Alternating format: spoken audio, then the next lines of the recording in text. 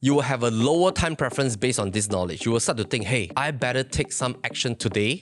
I better start to strategize my portfolio, my income, my savings to qualify for the down payment, my TDSR and the loan, and I need to start to plan. Because if I don't plan now, 3 years later, I might be priced out. The reason is because if you have the knowledge of the upcoming supply and the upcoming demand projection, of course, we do not have the crystal ball, but if you look at facts and figures and statistics and you see in terms of policies and the way things are going in Singapore, then that will help you to make a decision based on time preference, economic perspectives.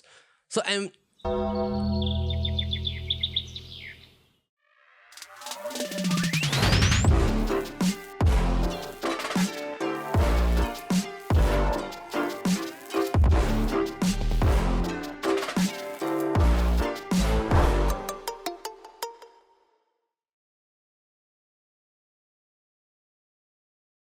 Alright, hi everyone, welcome back to our next episode of Nuggets on the Go. Today is a solo episode, so I'm going to talk about this concept called time preference. What is time preference? Time preference is an economic term used in certain kind of, school of thoughts of economics theory. So of course, there's different school of thoughts of economics theories over the years, but it really depends on what you subscribe to. But this time preference concept is timeless, is very useful, especially if you are thinking about the perspective of real estate. And even if you're not thinking about the perspective of real estate, it can apply to many parts of your life to make economic decisions or life decisions. Let me just give you an example. I'm going to use 3 different examples to share with you in terms of what is the definition of time preference. But let me first define time preference for everybody's understanding, because this will be very helpful if you're thinking of whether should you buy a property now or buy a property 3 years down the road or 5 years down the road or maybe next year, right?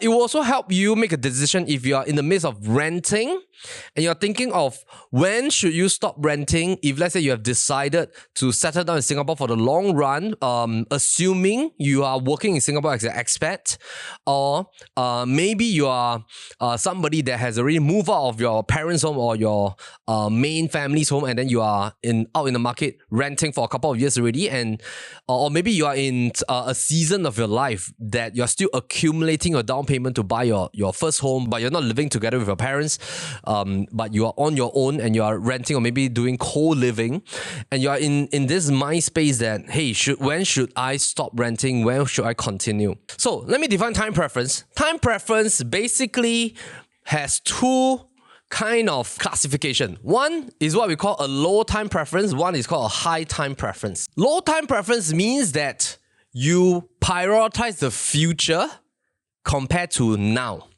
Not saying that now is not important, but in the now present moment, you feel more secure, which is why you are able to prioritize the future.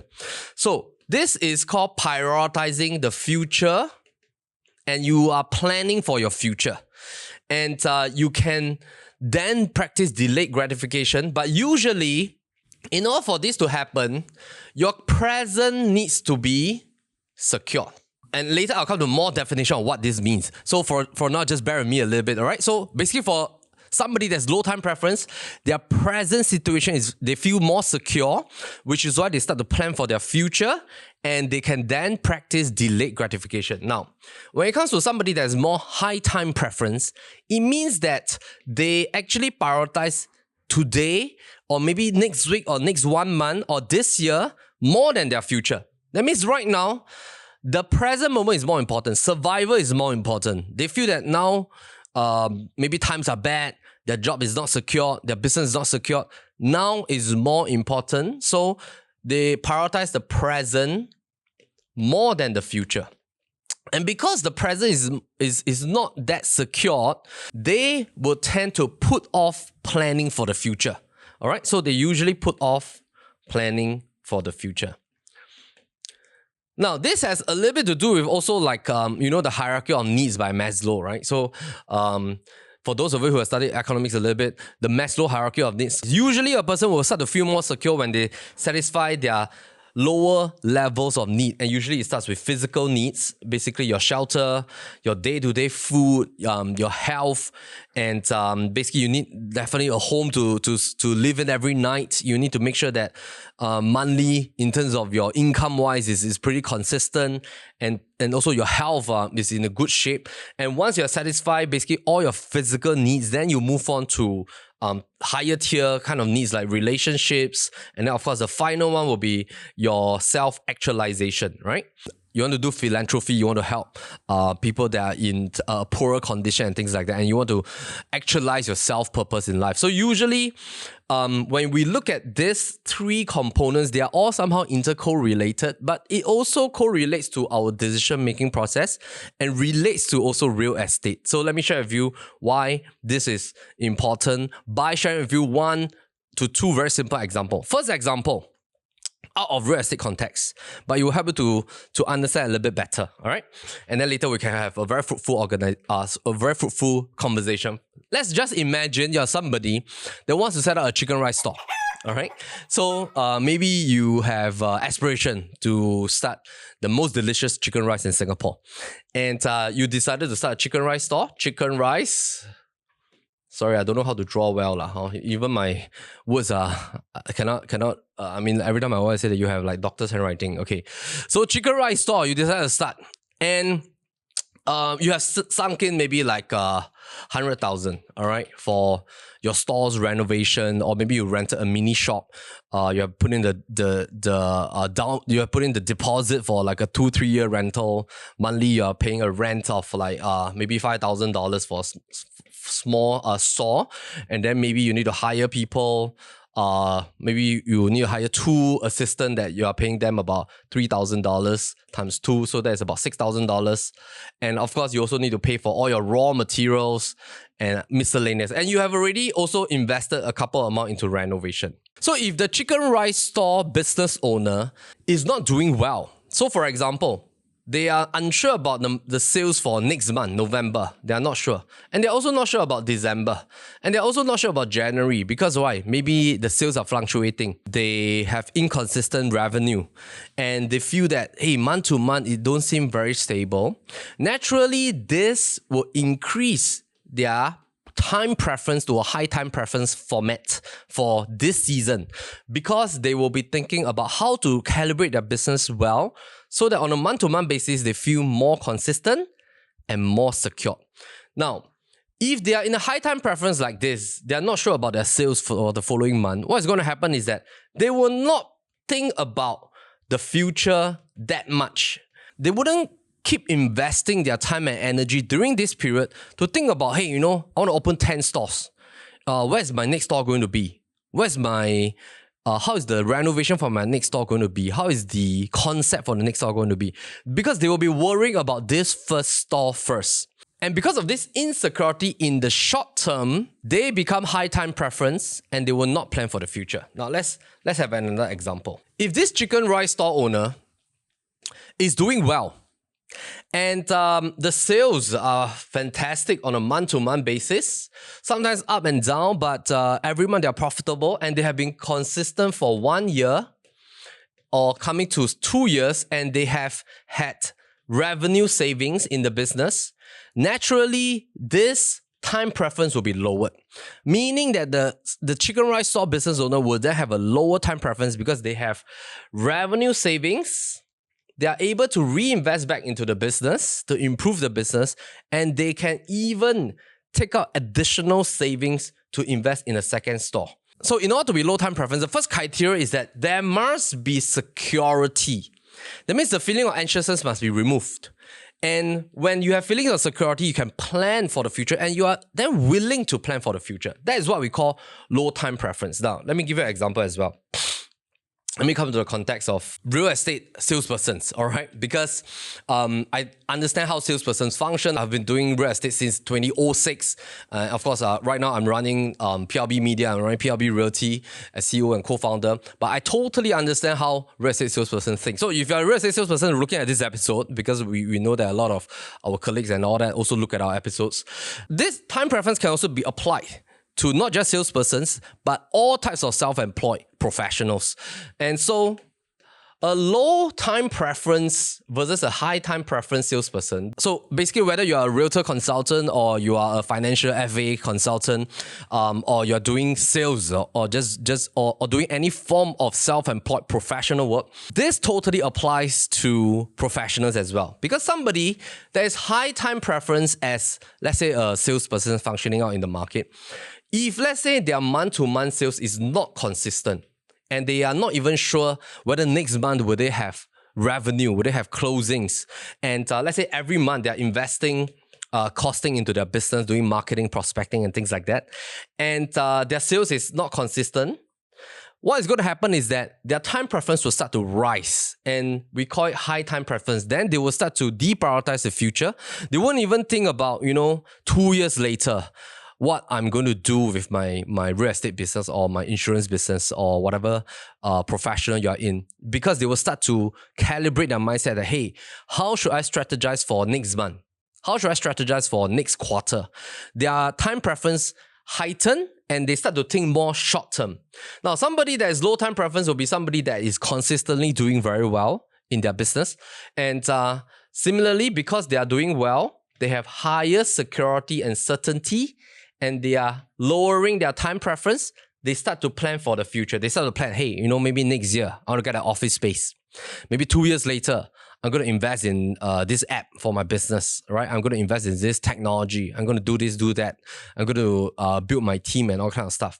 So time preference also applies not just to businesses, to professionals as well. Now, let's come to the third one, which is the one that you guys are very interested in. This is the time preference to make a decision as a property buyer or a property investor, right? So how does this apply? Basically, if let's say you are low time preference versus high time preference, your decisions will be different. Now, when will you start to plan for your property or real estate? Basically, you need to make sure that in terms of you and your spouse's income, it is consistent and stable. Because buying a property is a decision that you have to make with prudency. If there's no prudency involved, what is going to happen is that you're going to suffer, because if you loan from the bank and you cannot pay the mortgage for a consistent 3 months, they have the right to repossess back your home. Of course, if it's with HDB, similarly, if you're going to pay the monthly installment, HDB has a right to repossess your home. But of course, for HDB, you can work with HDB to work out a plan and things like that. But definitely with financial institutions, the rule when you sign the letter offer to take a mortgage loan is that after 3 months, if you really cannot have a plan to repay the monthly installment, they have the right to repossess your home and force sale it. Usually, we advise home buyers like yourself is that if you want to commit to a property, you have to ensure that you have the confidence and the necessary savings to sustain your monthly installments for a minimum period of 24 months, whether by way of your cash savings or your CPF. And of course, in order to attain that, you first must have a consistent income through your work, through your job, through your business with your spouse, and to ensure that you can sustain the installment the moment you buy it, right? So monthly installment, stability plays out into a form of time preference. So the moment you have this, you definitely lower your time preference. You then start to think, hey, because my income is sustainable, is something that is consistent, I think now I'm ready to own my property, right? Now, second thing is that once you have saved up your down payment through your cash saving, through your CPF savings in your OA account, take note that you cannot use your SA for your monthly installment and the down payment. And let's say if you're buying a public housing, a HDB, BTO or resale, then of course with grants or enhanced housing grant, if you've not watched the previous episode on standard plus and prime flats, please click on the link. That was the episode that we talk about a lot of things, whether is it a strategy of one HDB and condo, how do you strategize your owner-occupier scheme and stuff like that. Please watch the episode if you're into public housing. And once you start to see better chances of building out your down payment, you then also lower your time preference and the chances of owning a property increases. Your time preference will start to heighten the moment you lose a job. Or you find that you cannot qualify for a loan. Naturally, this will affect your time preference and you will definitely delay your decision to go into a property. Now, that is for the income portion. However, time preference also relates to your decision based on your knowledge of the market. Now, what do I mean by this? Naturally, if you know, because you have read up a lot, studied the market, studied Singapore, and you know that Singapore is very different from other countries in terms of demand and supply, that will affect your decision making for time preference decision or whether to go and buy a property today or delay your decision a few years later. Why? Because if, let's say, example, you know that what is going to happen in 3 years down the road is that the very same property that you are eyeing for right now, whether is it a condo or whether is it a landed or whether is it a HDB property, these are 3 different types of residential products. And today we just talk about residential properties. So assuming your intent is that you want to buy a condominium to stay. However, based on your knowledge, you know that the price of the condominium is going in this direction in 3 years' time. This will affect your time preference decision because you know that for the same property, this has the same square footage in the same location, is the same exact property, is going to cost, for example, from 1.5 million, and it's going to be very likely inching to 1.8 or maybe 2 million in 3 years' time. How does that affect your time preference decision? Naturally, you will have a lower time preference based on this knowledge. You will start to think, hey, I better take some action today. I better start to strategize my portfolio, my income, my savings to qualify for the down payment, my TDSR and the loan, and I need to start to plan. Because if I don't plan now, 3 years later, I might be priced out. So knowledge plays a part in time preference decision. The reason is because if you have the knowledge of the upcoming supply and the upcoming demand projection, of course, we do not have the crystal ball, but if you look at facts and figures and statistics and you see in terms of policies and the way things are going in Singapore, then that will help you to make a decision based on time preference. So if you have a knowledge that prices are going to go up, and we all need to understand a few key factors when it comes to the real estate economic perspectives. And most of the time, whether the price will start to inflate or go up, it relates to a few key factors. Number one, demand. Demand based on the population and the demographics of the people in Singapore that wants to buy a property. Supply of the types of residential supply that's coming out, whether is it HDB supply, condo supply, or landed supply. Policies that are shaping and limiting demand and supply. Most policies are either limiting demand or limiting supply. All right. If the government wants to let the price ease off, they will increase the supply and they will limit the demand. If government wants to let prices accelerate, they'll relax demand policies and allow more demand to come in. For example, they can relax ABSD for foreigners, relax second property ABSD. And they can restrict supply. That means they don't want to release so much land and keep land even more scarce for, let's say, condos and HDB. They can naturally tweak the market behavior using policies. And of course, we also have to think about that we have already 16 rounds of cooling measures that's inbuilt in the price system today. And of course, last but not least is the monetary system. Why? Because we have to take note that our monetary system, based on after the gold standard since 1970s, monetary supply in the entire global market, including Singapore, is always in an expansionary mode. Why is it in an expansionary mode? The moment somebody takes a loan from a bank, money supply expands. And if you go into just some of the charts, money supply always constantly expands. And it expands based on both ways. One is based on loans and leveraging. The other way is through policies as well. And of course, every time you see this keyword called QE or QT is whether there's quantitative tightening or quantitative easing.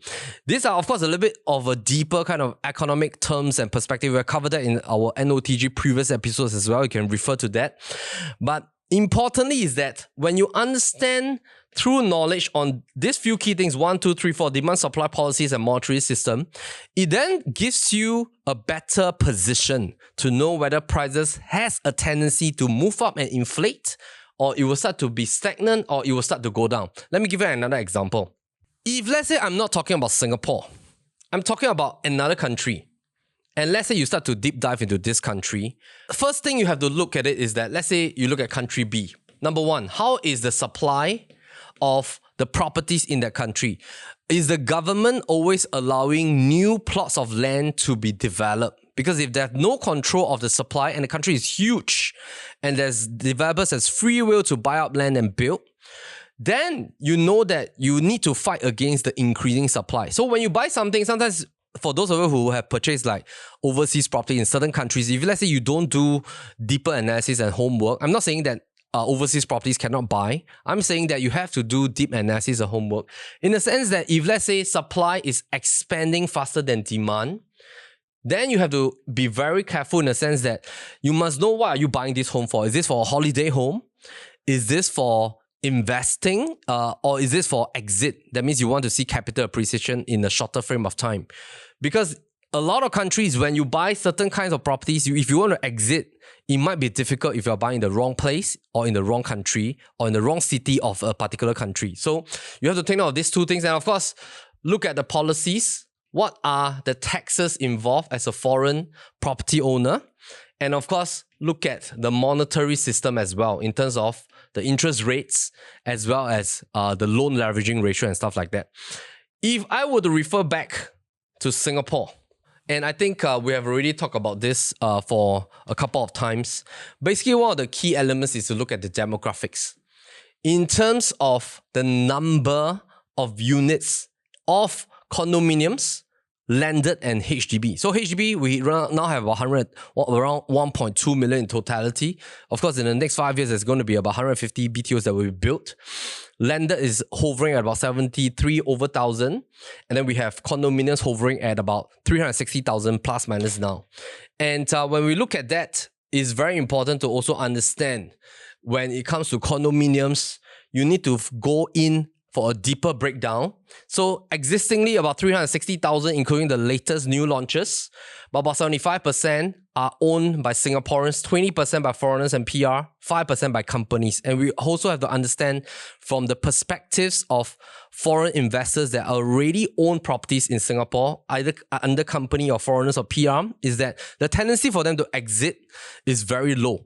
Because why? The moment they exit, if they want to repurchase back, they'll be taxed with the latest 60% ABSD. Because most of them have already bought in before the 60% ABSD that was being implemented in April this year. So when you look at this aspect, a deeper aspect is to understand also the policies of who is allowed to buy what kind of properties. And we technically segregated the demographics into 4 portions. Singaporeans, about 3.5 million by 2030. PRs, we have about 600,000 by 2030 based on the white paper projection. Foreigners in Singapore, working in Singapore, but of course, there are various tiers of foreigners working in Singapore. There are foreigners that are in the service sector, construction sector and stuff like that. It's about 2.9 million. Foreigners not in Singapore is an unknown figure. We also look at what kind of residential properties are allowed to be purchased by what kind of citizenship status. And all this actually plays a huge part in managing your time preference ideation, because the last part will be then landed homes, which has plateaued at 73,000 units. And of course, that's one of the reasons why landed homes has continued to go up in notches in every quarter in terms of its price index. And so to finalize, this is of course a very huge topic, but and it also relates to whether do you want to continue renting or purchasing. And we already covered for rental decision on the previous episode, because rental has a lot of intangible pros and cons as well. Some people love flexibility. Some people love to change homes every couple of years. Some people just is still in the phase of saving up for their down payment and things like that. And I think most importantly is that if you are in a season of deciding whether to time or not to time the market, then base your decision based on time preference and try to come from a perspective of knowledge by investing a little bit more time to understand about the 4 key factors that we talk about: demand, in Singapore, supply in Singapore, policies in Singapore, last but not least, the monetary system globally and of course in Singapore. And with that, it will also kickstart for us for the next few episodes into cracking the code. We'll talk deeper about how we analyze condos landed, other kinds of properties. And we hope that you enjoyed this series with us. We'll see you on the next NOTG. And meantime, take care. But most importantly, in terms of the amount of